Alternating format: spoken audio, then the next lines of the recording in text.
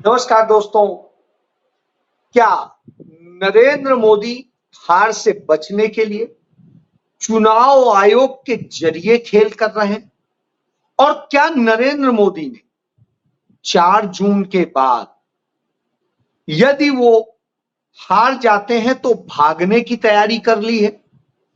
और क्या नरेंद्र मोदी इतना डर गए हैं कि जब पंजाब के बिल्कुल बॉर्डर के जिले पटियाला में पहुंचे तो हजारों की संख्या में करीब करीब 10,000 पुलिसकर्मियों और दूसरे सुरक्षा बलों की फौज लगवा दी है। और ऐसे में दूसरी तरफ किसान खड़े हैं काले झंडे लेकर। हालत बिगड़ रही है। और क्या इसी डर के कारण कैप्टन अमरिंदर सिंह उनकी रैली में नहीं आए, अपनी पत्नी की रैली में नहीं आए? तमाम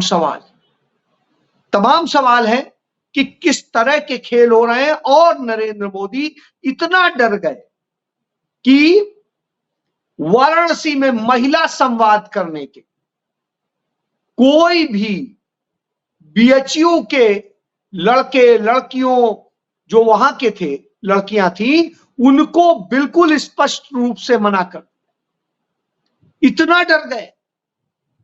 इससे आप समझ सकते हैं। तो चलिए इसी से ही चर्चा शुरुआत करता हूं कि नरेंद्र मोदी जिस तरीके से चुनाव आयोग के साथ मिलकर साजिश रच रहे हैं, उसका खुलासा उसके शपथ पत्र से हो जाता है। वो सुप्रीम कोर्ट में जो शपथ पत्र देता है वो वैसा ही शपथ पत्र होता है जैसा स्टेट बैंक ऑफ इंडिया ने दिया था कि हम ये डाटा नहीं दे सकते, ये प्राइवेसी है, ये सार्वजनिक नहीं हो सकता, इससे बड़ा वो हो जाए। वैसे ही चुनाव आयोग ने, वो भी चूंकि चुनाव आयोग से ही जुड़ा हुआ था और वो इलेक्टोरल बॉन्ड का था, और अब चुनाव आयोग सीधे तौर पे एफिडेविट देकर कह रहा है 17C का वो डाटा नहीं दे सकता। क्यों नहीं दे सकते? कितने ने वोट डाला, यही तो पूछा जा रहा है। तो नहीं पूछा जा रहा है किसने डाला, किसको डाला, क्या डाला। वो तो जब मतगणना हो जाएगी आप लोड करते ही हो। लेकिन आज यह बताओ टोटल वोट कितना डाला, मशीन नंबर क्या था, इसमें आपको क्या हर्ज है? और ये अपनी वेबसाइट पे अपलोड करना है। फिर समस्या क्या है कि कहां पर किस मशीन में कितना वोट पड़ा, सीधा सा खेल है। इसमें तो कहीं कोई रॉकेट साइंस है ही नहीं। तो फिर क्यों डर रहे हैं? और जब इतना डर रहे हो तो फिर क्या छिपाना चाह रहे हैं? चुनाव तो लोकतंत्र के लिए होता है, यानी जनता के लिए होता है। और जब जनता से ही छिपाया जा रहा हो डाटा तो फिर कुछ गड़बड़ है। आखिर ये 1,07,00,000 वोट अचानक रातों रात कैसे बढ़ गए? भूत बढ़ा गए? किसने आके वोट डाल दिया? अपने आप मशीन चल गई या मशीन बदल गई? क्या हुआ? यह तो सवाल है। बहरहाल सुप्रीम कोर्ट में क्या होगा वो देखना होगा। लेकिन इतना जरूर है कि कहीं ना कहीं गड़बड़ है, जिस डर से डाटा बताने में डर लग रहा है। डाटा कभी भी नहीं छिपाया जाता था, इसके पहले भी कभी नहीं छिपाया जाता, अब छिपाया जा रहा है। वजह क्या है? और डाटा किसी चीज का नहीं छिपाया जाता था, चाहे किसी भी मंत्रालय का हो, चाहे जिसका भी हो। ये तो मोदी के शासनकाल में छिपाने की प्रक्रिया शुरू हो गई। तो इतना छिपाने का मकसद क्या है? कोई गड़बड़ है तभी डर। चलिए, तो सच से डर लगता है।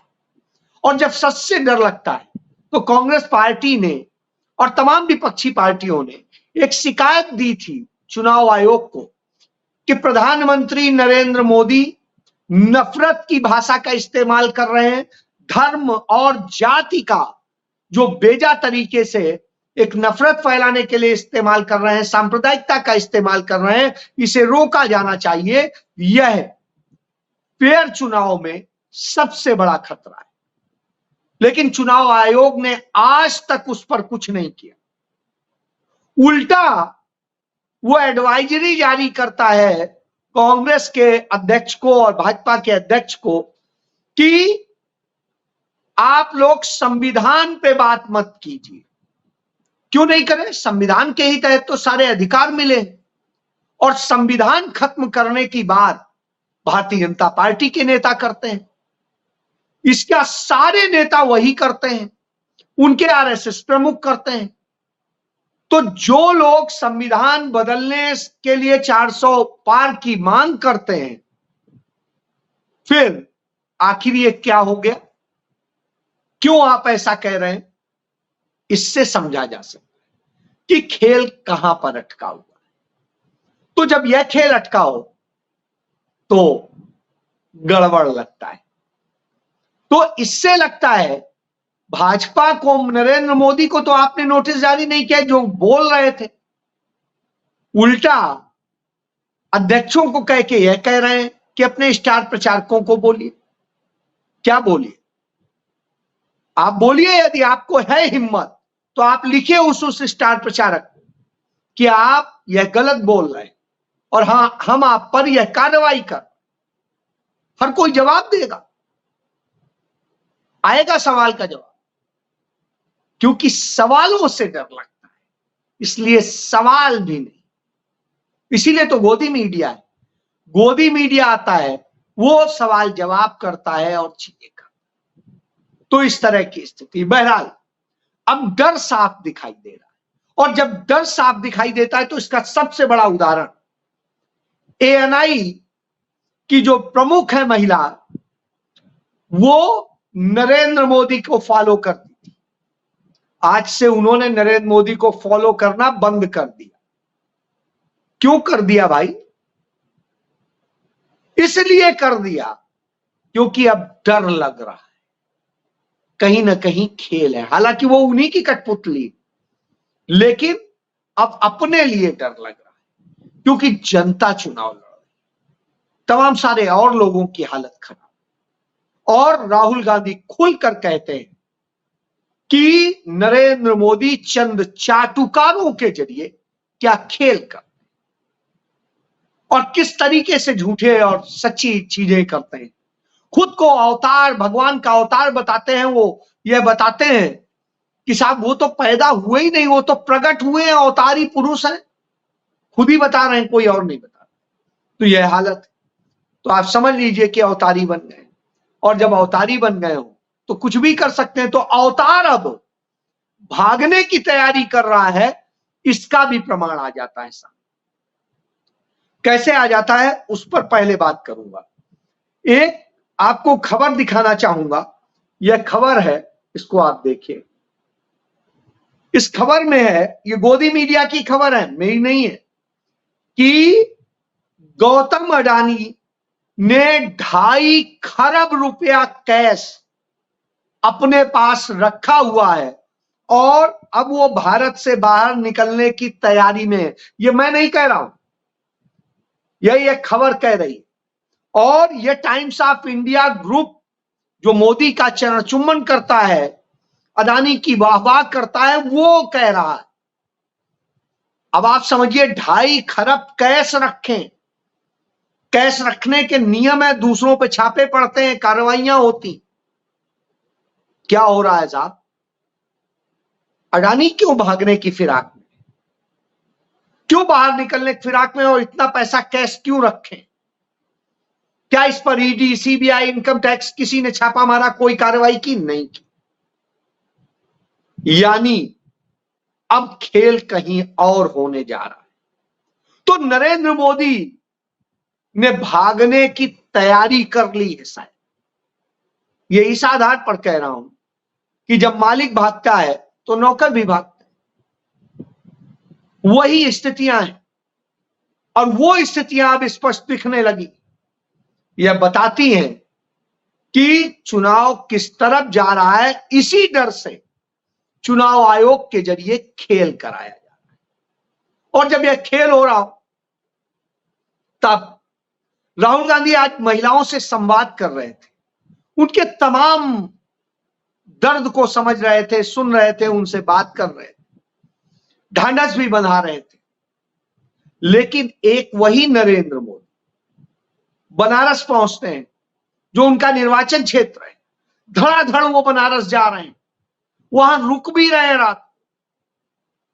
हालत ये हो गई है, उन्हें इतना डर सब सताने लगा है अजय राय से, जो कोई बहुत बड़े नहीं है, लेकिन वो जनता की आवाज बन गए। वो आज जनता का प्रतिनिधित्व कर रहे हैं। गली गली में नरेंद्र मोदी न जाने लग जाए, यह हालत हो गई। वो तमाम जगह मंदिर मंदिर और दूसरी और तमाम जगहों पर जा रहे हैं, उन लोगों के पास जा रहे हैं, मना रहे हैं। यह हालत क्यों है? क्योंकि डर लगता है। और तब वो वहां वो भी महिलाओं का संवाद करते हैं, तो हिम्मत नहीं पड़ती बीएचयू की लड़कियों की को अपनी उस सम्मेलन में शामिल कर। बीएचयू की वो लड़कियां नहीं शामिल होती, उन पे खास रिस्ट्रिक्शंस लगते हैं कि वो नहीं आ सकती। क्यों? वो पूछ देंगी कि मोदी जी, बीएचयू के इतिहास में बीएचयू के अंदर आईआईटी की लड़कियों से गैंग रेप करने वाले आपकी पार्टी के, आपके खास लोग, आपके सेल के लोग थे, मोदी सेल के लोग थे, और वो कर रहे थे। उन्हें बचाने के लिए आपने क्या नहीं किया? आपने किस तरीके से उन्हें भगवा दिया, मध्य प्रदेश के चुनाव में लगा दिया जिससे बच जाएं। लेकिन जब सीसीटीवी फुटेज की सारी जानकारी उपलब्ध हुई और अजय राय ने सब निकाल के पहुंचा दी, तो आपकी हालत बिगड़ गई। यह वजह है कि आप उन लड़कियों से डर रहे हैं। आज बीएचयू की लड़कियों से डर रहे हो तो आप समझ सकते हैं। वहां का एक डर था ही, बनारस में जो डर है। हरियाणा में भी किसान लगातार और दूसरे लोग विरोध कर रहे हैं। आज वो हरियाणा भी गए थे, भिवानी वाले क्षेत्र में। कल वहां राहुल गांधी थे, तो वहां किसानों की कह रहे थे, मैंने किसानों के लिए ये कर दिया, मैंने किसानों के लिए वो कर दिया, और न जाने क्या क्या बखान कर रहे थे। तो दूसरी तरफ वहां से कुछ दूरी पर किसान प्रोटेस्ट कर रहे हैं, विरोध जता रहे थे कि आप झूठ बोल रहे हैं। और फिर वो आते हैं पटियाला में, वही पटियाला जो चंडीगढ़ से सटा हुआ है, हरियाणा से सटा हुआ है। वहां आते हैं तो 5,000 पुलिसकर्मी पंजाब पुलिस के और बीएसएफ, सीआईएसएफ, आईटीबीपी और सीआरपीएफ के 5,000 जवान लगाए जाते हैं, जिनमें कुछ सेना के भी, उनको लगाया जाता है। तब नरेंद्र मोदी वहां अपनी रैली करने आते हैं। और जब रैली करने आते हैं परनीत कौर के लिए, जो कैप्टन अमरिंदर सिंह की पत्नी है, मंच पर पुराने कांग्रेसी ही दिखाई देते हैं, वही संभाल रहे होते हैं सब। तो दूसरी तरफ कैप्टन अमरिंदर सिंह वहां नहीं होते हैं, वो दिल्ली चले जाते हैं। दिल्ली में अपने निजी घर में वहां पर विश्राम कर रहे हो। आप समझ सकते हैं डर किस बात का है, क्योंकि वहीं से थोड़ी दूरी पर किसान लेकर के झंडे डंडे सब खड़े थे कि आओ मोदी, हम सबक सिखाएंगे। तो इसलिए सीधे मोदी को कैसे मैदान में ही उतारा जाए, कहीं ज्यादा ना इधर उधर चलने दिया जाए, कहीं कोई बात ना हो जाए, इतना डर। और इतना डर है, यह बताता है कि मोदी की दशा क्या है, दिशा क्या है। आपको याद होगा 2022 में जब पंजाब विधानसभा के लिए चुनाव हो रहा था, तो नरेंद्र मोदी उस दौर में जा रहे थे फिरोजपुर, और फिरोजपुर से जहां पर प्रोटेस्ट हो रहा था वहां से 60 किलोमीटर पहले ही वो एकदम से रुक गए और क्या बोले थे, अपने मुख्यमंत्री से बता लेना कि मैं जान बचा के भाग आया। तो भागने की पुरानी आदत, तो अब नरेंद्र मोदी भागने की तैयारी कर रहे हैं और इसलिए डरे हुए हैं। जैसे होता है ना कि दो व्यवस्थाएं होती है, ए प्लान, बी प्लान, सी प्लान। तो ए प्लान तो यह है कि कैसे चुनाव आयोग के साथ मिलकर खेल कर लिया जाए, क्योंकि जनता तो अब काबू आ नहीं रही। एक प्लान तो फेल हो चुका है, दूसरा चल रहा है चुनाव आयोग वाला, और ये भी नहीं हुआ तो तीसरा प्लान अडानी का है, जिसके जरिए खटाक से भागेंगे, वहां पैसा सब कुछ है। तो इस तरह की प्लानिंग अब की जा रही है।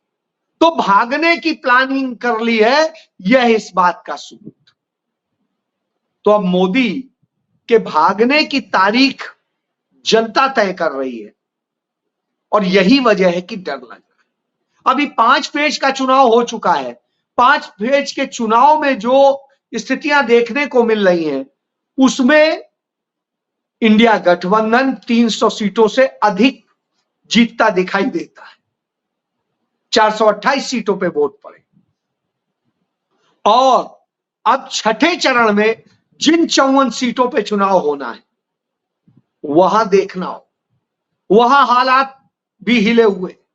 कुछ सीटें भाजपा के लिए अच्छी भी है, कुछ सीटें भाजपा के लिए बहुत संकटदायक भी है। तो उस तरह की स्थितियों में उत्तर प्रदेश की भी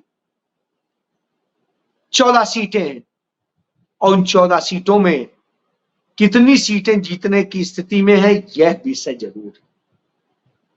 तो इसलिए जब यह हालात हो रहे हो तो निश्चित रूप से यह लगता है कि अब मोदी करेंगे क्या। इसलिए डर है, चाहे दिल्ली में हो, हरियाणा में हो, कहीं हो, मोदी इस तरह से डरे हुए। दिल्ली में वो कितने कितने घर के बगल में वहां रैली करते घूम रहे हैं। आप तो वहां हर समय रहते हैं और स्थिति यह है, वहां आपको उतरना पड़ा।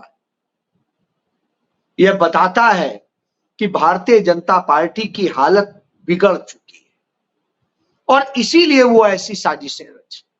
उधर राहुल गांधी संविधान को लेकर के, उस किताब को लेकर के हर जगह जा रहे हैं और बता रहे हैं कि इसको खतरा किससे है और वो इसके लिए क्या करेंगे। वो संविधान को बचाने के लिए अपनी जान भी दे सकते हैं और हर व्यक्ति को न्याय दिलाने के लिए वो उनका मिशन है और उसके लिए काम कर। वो इस देश के पिछड़े आदिवासियों, दलितों और अल्पसंख्यकों को उनके हक दिला के रहेंगे, तब नरेंद्र मोदी साजिश रचते। अब कहते हैं बैंक खाते ले जाएंगे, बैंकों से पैसा ले जाएंगे और न जाने क्या क्या ले जाएंगे। इतना सब कहते हैं, चुनाव आयोग उस पर कुछ नहीं बोलता। वो मुस्लिम लीग का घोषणा पत्र बता देते हैं कांग्रेस को, उस पर चुनाव आयोग नहीं बोलता है। वो कहते हैं कि कांग्रेस जो है सब मुस्लिमों को आपकी भैंस दे देगी, आपका खेत दे देगी, आपका कुछ दे देगी, उस पर चुनाव आयोग की कुछ नहीं करता। लेकिन चुनाव आयोग इस पर जरूर कि संविधान को कैसे खतरा है। वो तो डाटा से बता रहे हैं, भारत सरकार का ही डाटा है, मोदी का ही डाटा है कि कैसे आपने आईआईटी के लड़कों तक को अब बेरोजगार कर दिया है। अब आईआईटी से बेरोजगार निकलने लगे। इस देश की यह हालत कर दी, यह हालत कर दी है कि सरकारी नौकरियां खत्म हो गई हैं। यह हालत कर दी है कि रिजर्वेशन कहां मिलेगा जब आपको पक्की नौकरी नहीं होगी, कुछ नहीं होगा, सब कॉन्ट्रैक्ट पे भर्ती होगा, सब ये है। इन्हीं को लेकर के तो राहुल गांधी लड़ाई लड़ रहे हैं, क्योंकि यही देश का भविष्य है और देश के भविष्य को बचाने की लड़ाई न्याय योद्धा ही लड़ सकता है, जननायक ही लड़ सकता है। तो इसीलिए लोग राहुल गांधी को अब जननायक और न्याय योद्धा कहने लगे। अब न्याय योद्धा है एक तरफ अन्याय करने वाला है। देखना है कि जनता कहां जाती है, मगर मोदी का डर बता रहा है कि वो अब भागने वाले। जय